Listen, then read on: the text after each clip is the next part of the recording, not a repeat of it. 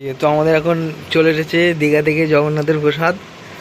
তো এটা খোল, এটা আনবক্সিং কর।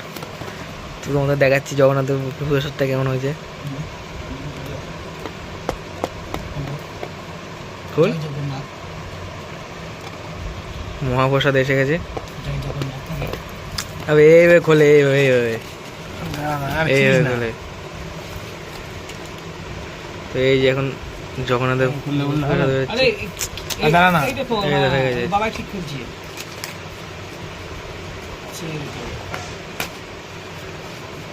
এই আমাদের জগন্নাথের প্রসাদ। তো প্রথমে আছে হচ্ছে একটা ছবি, এই যে ছবি,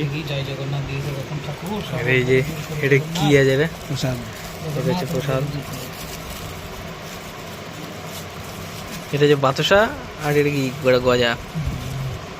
তো এই হচ্ছে জগন্নাথের প্রসাদ, দীঘা থেকে এত দূর এসছে।